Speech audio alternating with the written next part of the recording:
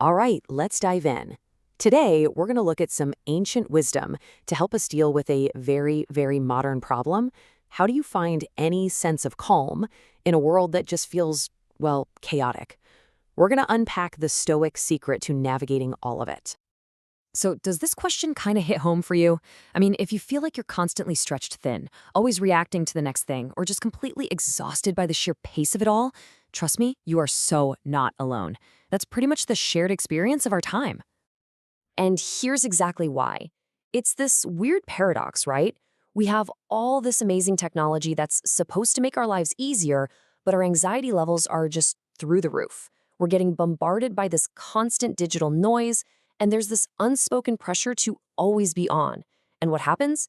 We end up endlessly chasing validation from other people, all while living in a world that just never, ever stops. So what do we do? How do we even begin to fight back against that? Well, the ancient Stoics had a solution, and honestly, it's kind of like a superpower for your mind. It's called the dichotomy of control, and it's a really simple idea, but once you get it, it changes everything. And this is it. This is the absolute core of the whole thing. The fundamental mindset shift is just this. Realizing that your real power doesn't come from trying to control the world around you, it comes from drawing a very sharp, very clear line between what you can control and what you absolutely cannot. And this just lays it all out perfectly. Okay, look on the left side. That's all the stuff we drive ourselves crazy over, right? Traffic, the economy, what other people think or do, the past, all the things we waste so much energy on. But now, look to the right. That's where your true power is. Your internal responses, the judgments you make, and your own actions. That's your kingdom.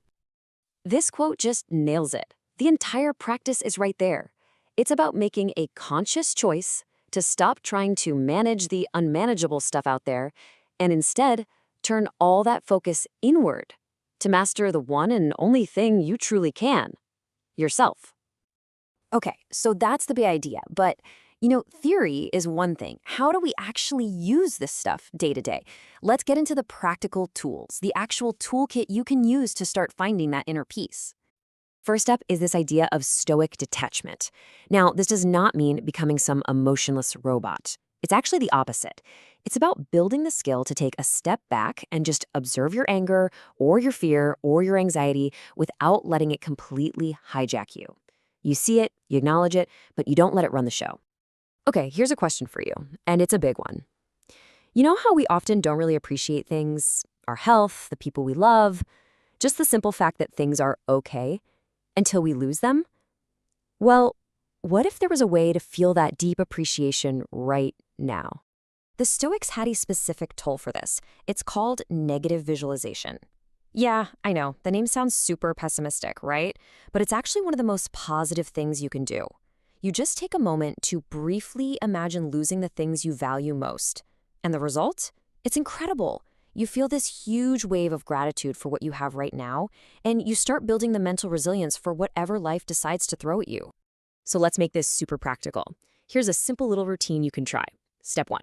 In the morning, just take a minute, think about the challenges that might pop up today, and decide ahead of time how you want to respond. Step 2. Sprinkle some mindful pauses throughout your day. Just a minute to breathe and remember what's actually in your control. And step 3, in the evening, look back on your day. Not to judge what happened to you, but to review how you acted.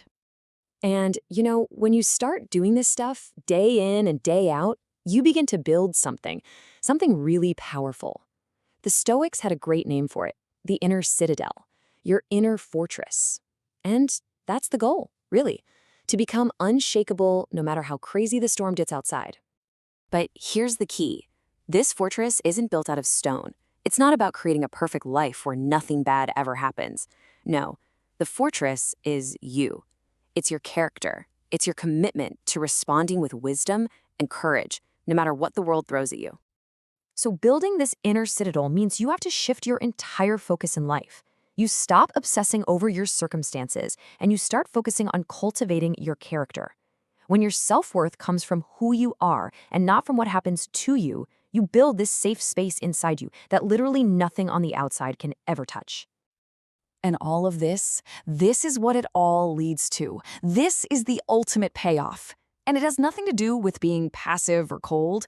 It's about discovering the one true source of real, genuine freedom. Let's just sit with this powerful idea for a second. Think about it. When we're constantly trying to control the world around us, we're basically slaves to our circumstances, aren't we? The real freedom, the kind that lasts, it comes from inside. It's the freedom you get when you finally realize the only thing you ever needed to master was yourself. So, I want to leave you with a little challenge, a question to take with you. Just think about all the things you worry about that are totally outside of your control. What is just one of those things? Another person's opinion of you, some outcome in the future, a mistake from the past?